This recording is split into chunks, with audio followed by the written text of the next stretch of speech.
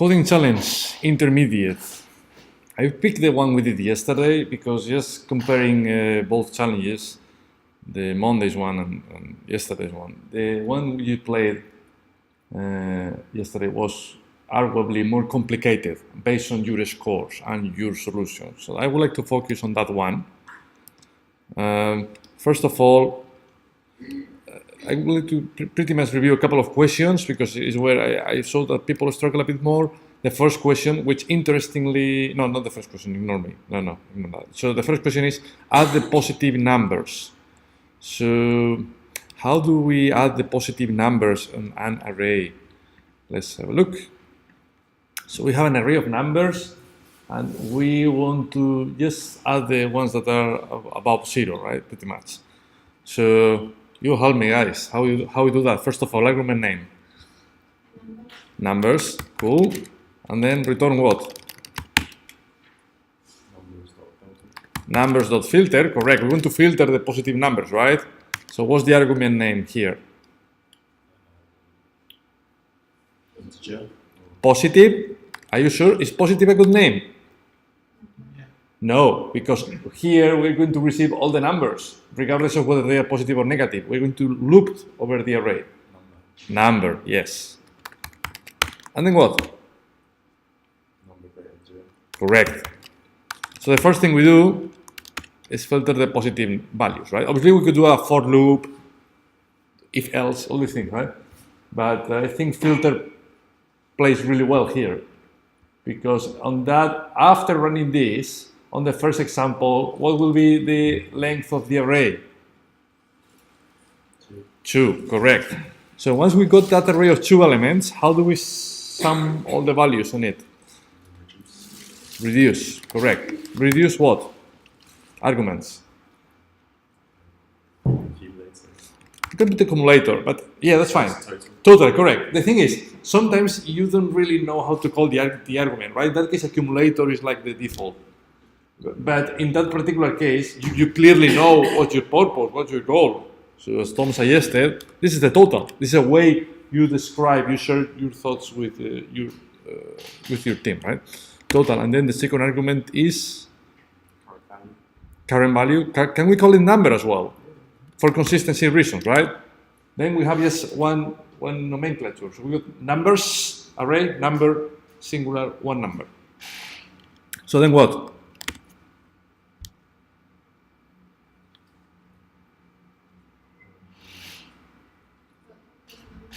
Correct. Total plus numbers. We simply want to calculate the total plus numbers. So actually, is numbers in plural or in singular? Singular, because it's one number, right? Do we need comma 0? Yes? No? So Marta said yes, Tom said no. Can anyone else? Say it again? It will work either way. So that means we don't need it. Yeah, we don't need it. It doesn't hurt. We can leave it there. But if we don't put it, what will be the first value of the total on the first example? Correct. And if we put it, what will be the first value of the total in the first example? Correct. How many times this loop will run with the 0? 4. Why 4? I don't know, maybe 4 or maybe 6, but why?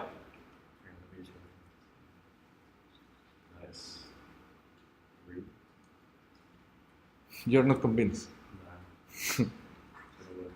So on the first iteration it will be 0. Correct. And then we'll add 3 to it. Correct. And what else? So 3.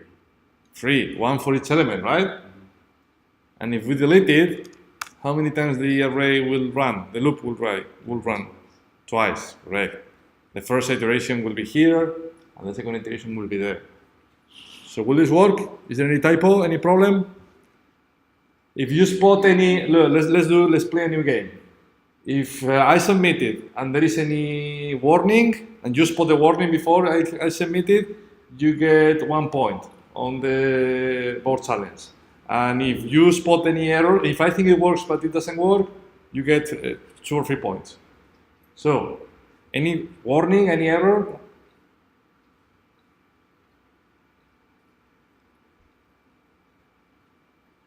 Nothing? Yeah, I think there will be. Okay. Oh no, I don't know. I can see. I mean, all good. Okay, all good. Let's see if it's all good or not. Yes, all good. Right. I may introduce typos on purpose just to see if you're paying attention. But yeah, that was it, right? Filter and reduce.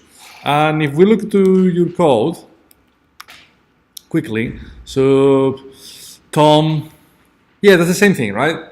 Tom did literally the same thing. The only difference is he created a few variables. But apart from that, that's the same principle. Marta, you see, Marta, so I guess you got some warnings here. Well, let me try to copy your code.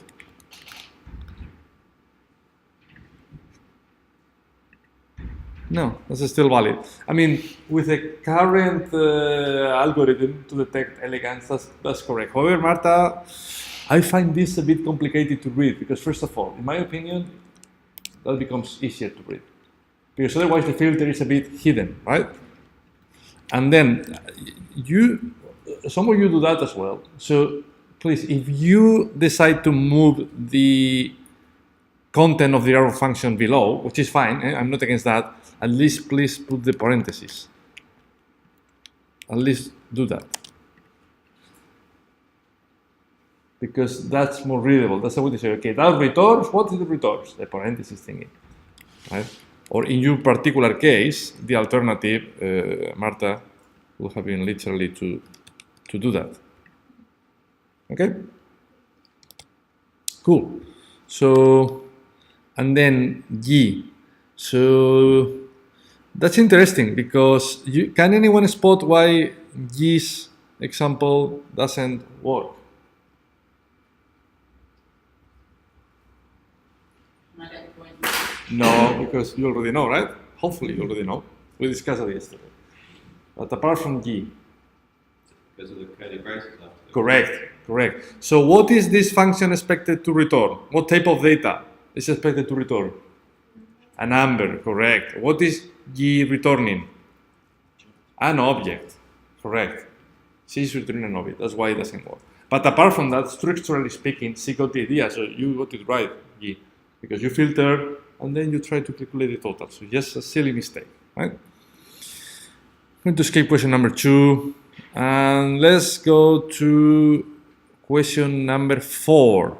Question number 4, find tokens. So we've reviewed that a couple of times, but I'm going to do it again because I know this is a tricky one.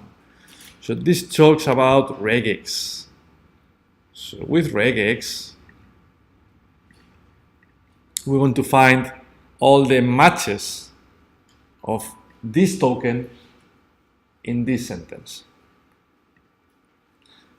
So, first of all, let's create the regex, right? Why regex? Because the exercise is particularly interested on us using regex, right? So regex. So let's do it. I'm going to create it as usual.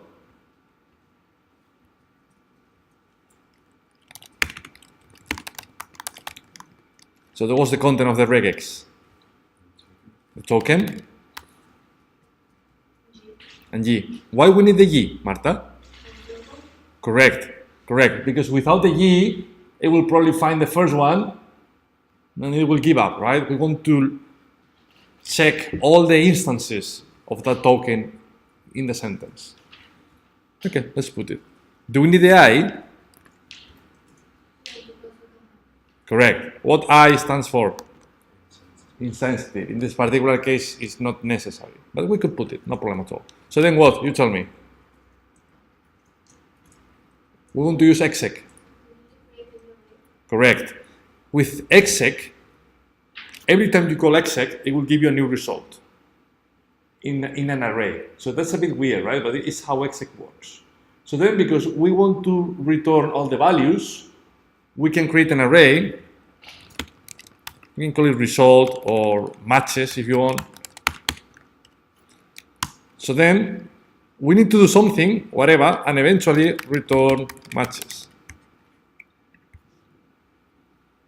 So in here, how do we get all the matches of the token in the sentence? We're going to push the matches to that matches array. Correct. And how do we do that?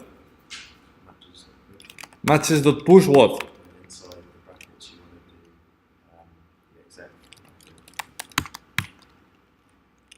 Like that? Will this work, yes or no?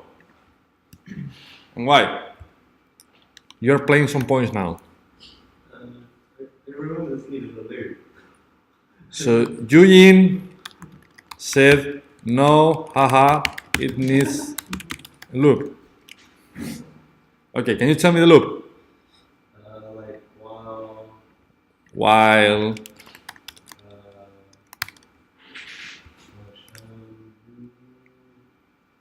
what?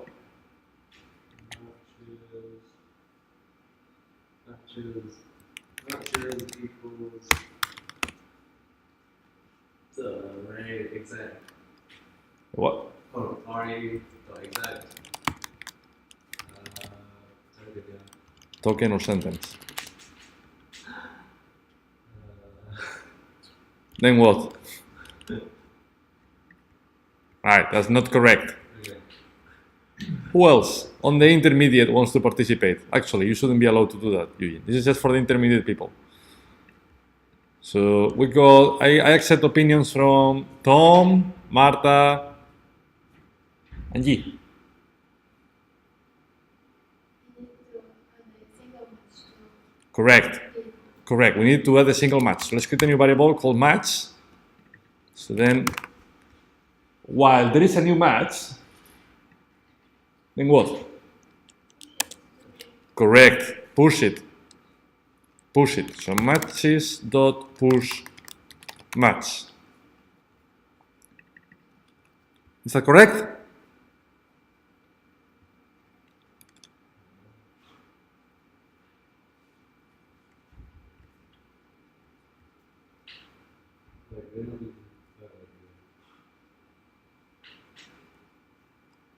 Yes, right. It's right. Correct.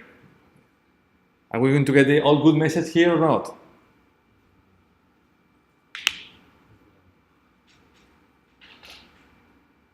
Marta, Tom, G.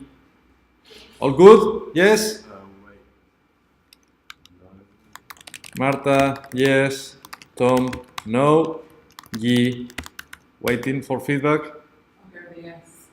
Yes. No. Yes. And Tom said no. Why, Tom? You got 10 seconds. Say missing semicolon. Missing semicolon. Right. Right, not right. I mean, definitely, definitely there is a missing semicolon. But apart from that, there are several problems here. So, what do we have issues? Why do we have issues here? So, the first one, unexpected token parentheses.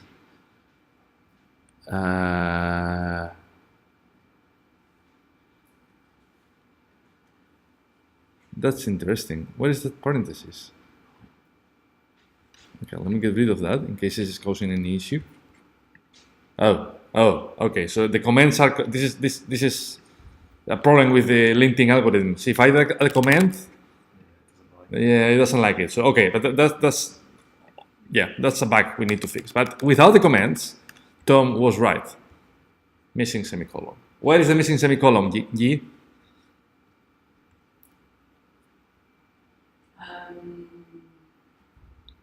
Because you finished what we're doing and you need to tell it's in the line. Right. Look, G. It's telling you where the missing semicolon is. Yeah, and I looked at line 6 and it's the end of whatever. it is. Correct. Correct. Is that correct now? I think so. Okay. Why? Okay, technically speaking, is correct. However, this is not returning anything. Why? The only match is not even Yes, correct. Return an empty array. It's returning an empty array. You can see why, right? you have to assign it Sorry? You can see why, right? I don't know. Okay. You have to assign much to the result. You have to assign match to the result. Correct. You spot the issue? No? Strictly equal. Correct. Here, yes, we don't want to compare. We want to assign, right? Right. But however, we still got a warning.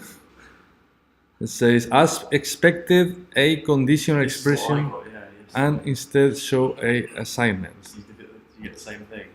I couldn't get rid of it. That's interesting. Expected condition statement. Yeah. Yeah, fair enough. Yeah, this is yeah, it's a problem with the algorithm. We need to we have to review all these rules. Yeah, because this is strictly not very standard the way we do that, right? While generally speaking, while we have a condition, over here instead of a condition we have an assignment. So this is a bit. But anyway, ignoring that warning. Oops, I pressed back. So I think now we can. Oh. Yeah. So ignoring this warning, yeah, the solution is correct. So I'll give you half a point to Tom and Marta for your findings. And finally, question number 5. This question is very interesting because then we'll have the same one or the same kind of problem on the expert. So on the expert, and we'll do that shortly, we have a very similar problem, but it's just a bit more complicated. It's just a bit more complicated, but structurally speaking, it's the same. So we want to see if numbers are consecutive. To me, this was arguably the most complicated question on the entire intermediate challenge. So, first of all, argument name. Numbers, correct. So, do you want to use reduce? Can we use reduce for that? Why not, right? Let's try. Numbers.reduce, and then let's prepare it a bit. So what will you put as the first argument of the reduce?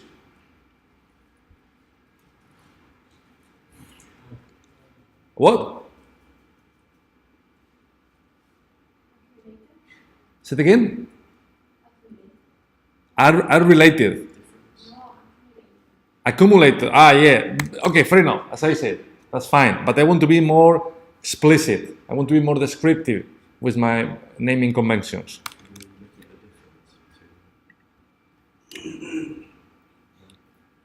Can we do that? So I want to hold this variable a boolean because this is what will be returned, right? So this algorithm returns a boolean, true or false. If I return something, that should be a boolean as well. What's the default value of that boolean?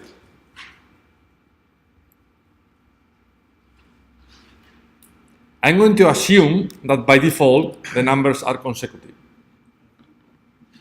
That's my assumption, right? By default, numbers are consecutive. So then I'm going to iterate, and if one of the instances is not consecutive, then I'll change the value of the accumulator from true to false. We could do it the other way around. Assume that the numbers are not consecutive, but to me that could be the same, to be honest. We have to iterate, and if that could be, I think it could be more complicated on the other way around. Because if we assume that they're consecutive, as soon as one condition is not met, then we give up. So it's not that simple because we need to look after the special case, right? Because we, technically speaking, here, what's the second argument? That's easy. Number, correct. So generally speaking, what I want to do is I want to compare if number plus 1 equals what? The next one. How do we check the next number? Index. Where is the index, Marta? Correct. We have to add it, right? So then what? Can we do if number plus 1 equals numbers index plus 1 The numbers. num. Say it again. Oh yeah. Sorry. Yeah, so we want to check if that number in yeah. this iteration is this plus 1 is the same as the next one, right? Remember to return the accumulator. So then I want to do it the other way around. I'm assuming that the numbers are consecutive. So if any of the cases the numbers are not consecutive,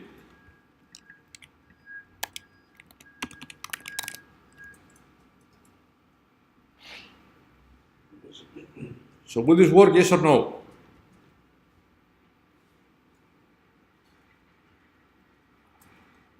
I accept feedback from everybody. Why not, Tom? This has two problems. So you're reducing an array. Yeah. And it wants like true or false, just the words. You're going to have an array. Is your answer? No, the answer is a Boolean. So the type of data is correct. We're returning a Boolean, true or false. That's correct. But this won't work. It has two issues.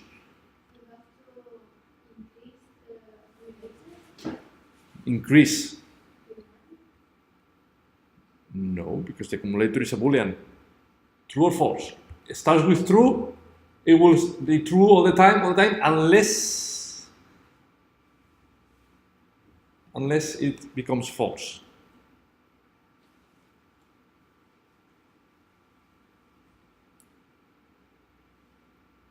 There is at least one issue.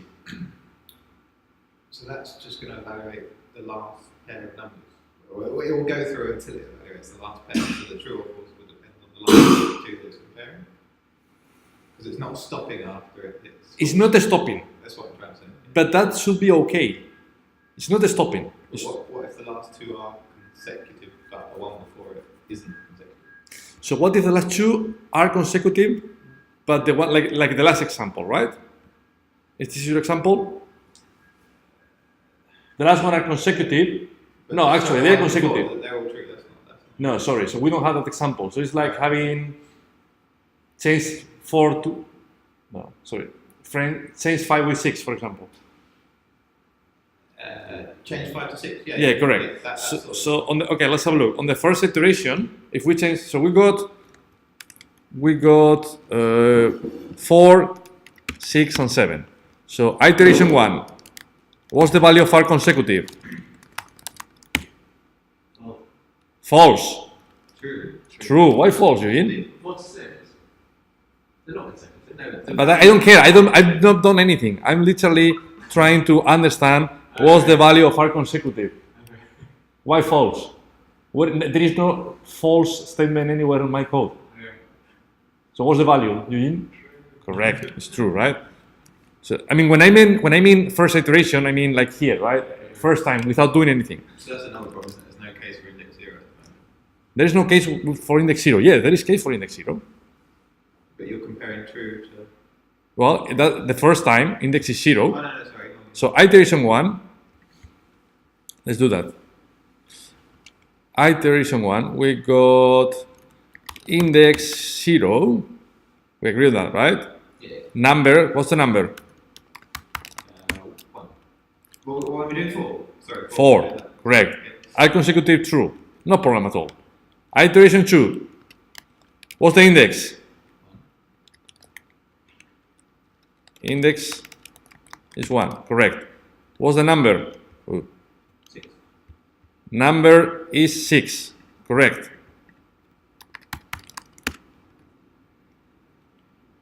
What's the value of R consecutive? Actually, I should put that on top because that's the first argument, right? So when we land on iteration 2, what's the value of R consecutive?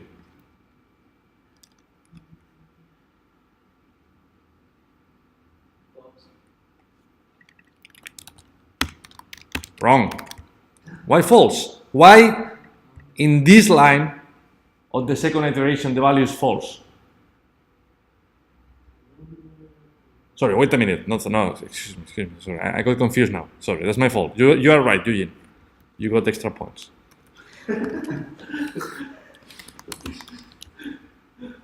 Sorry, I was thinking on the other example. No, sorry. This is the data. This is the data. So Eugene is right. So on the first iteration, number is 4. What's the next number value? 6. Will this be evaluated as truthy or falsy? Truthy. So then, what will be the new value of R consecutive? False. Correct. So that's right. I mean, up until now, we know that the numbers are not consecutive. So the algorithm is working as expected.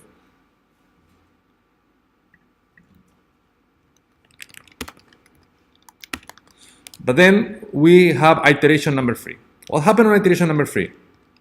What's the value of R consecutive?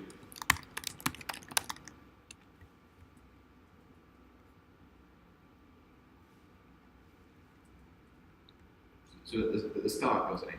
Yeah. So it's still false. Still false. Correct. What's the index? 2, Correct. What's number? 7. Correct. Still okay, right? Will this be evaluated as truthy or falsy? The first part is number is 6. Next number is 7. Is this truthy or falsy? It's falsy, correct. It's falsy. Yeah, it's falsy, right? So then will it do any change here on the no? So it will just keep whatever we had before, right? So what then we go to iteration. It looks good, right? It's looking good. So will this work, yes or no?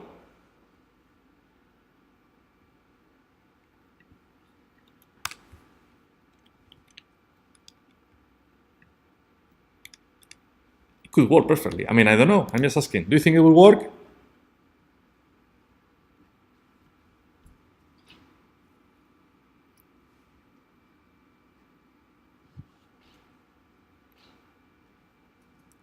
You want to play the button?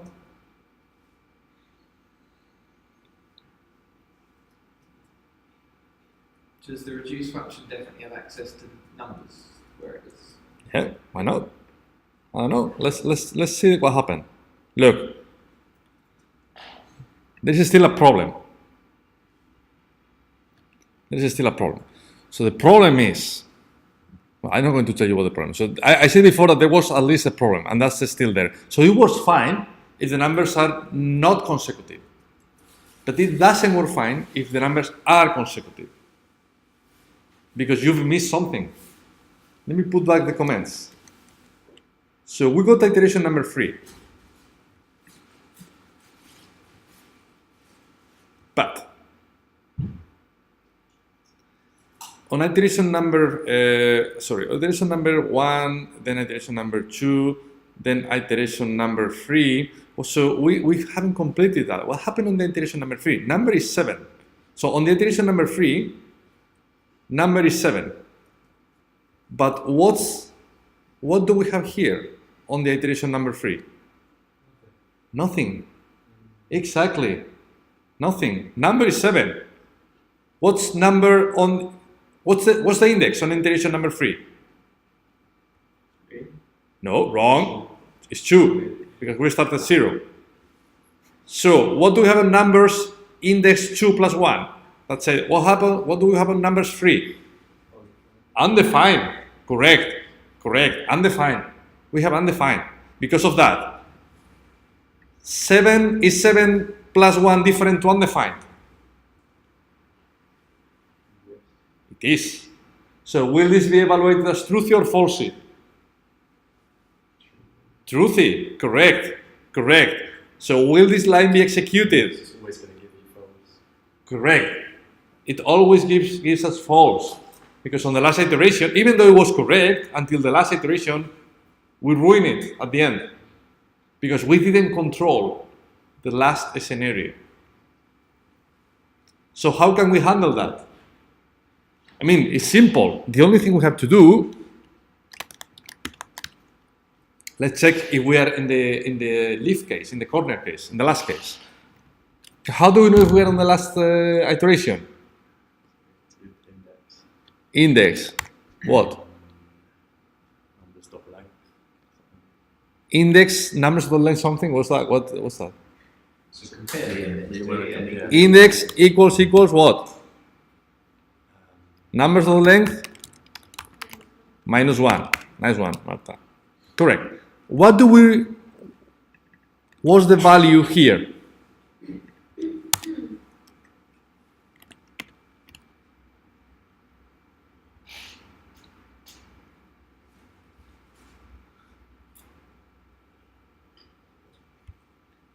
If we are evaluating number 3, is there any chance that the solution can change? No. If it was true, it will be true. If it was false, it will be false. We're in the last. We are done. So on the last step of the array, we are done.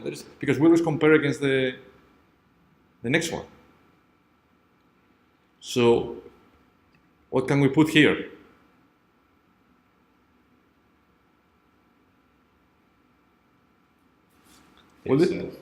Yes, that's correct. I mean, can we do that? Will this work?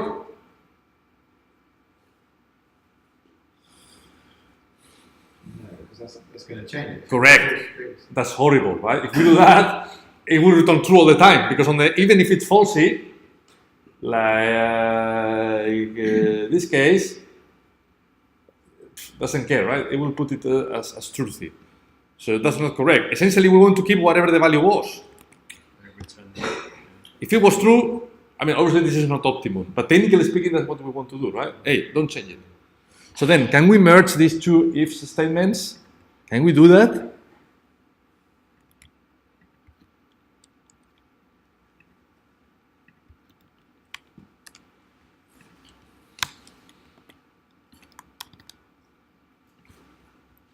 Is this correct? Yes or no? And why?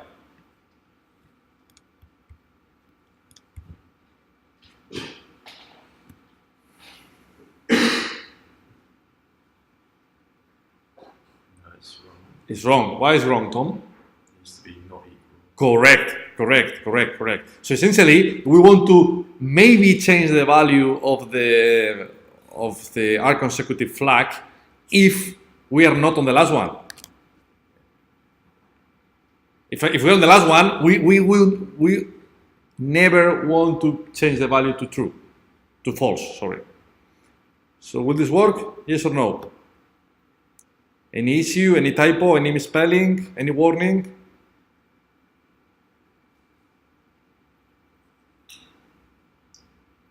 Nothing? Okay. That's correct. Right. So just to wrap this up, we initialize the value to true, and then we see if there is any scenario where we have to change it to false.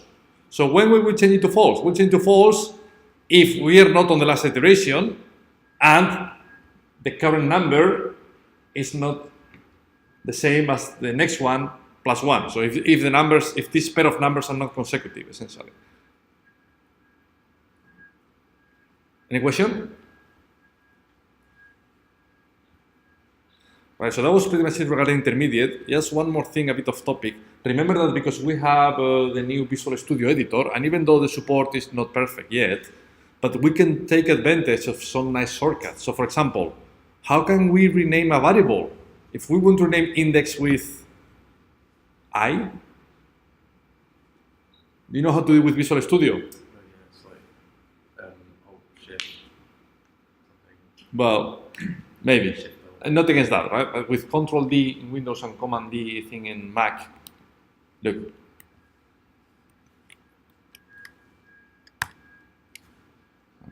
Did you press Command D twice or once? No, you select something, Yeah, and then every time you press Command D, it will find the next iteration, the next one. instance. So you have to press it twice to get it.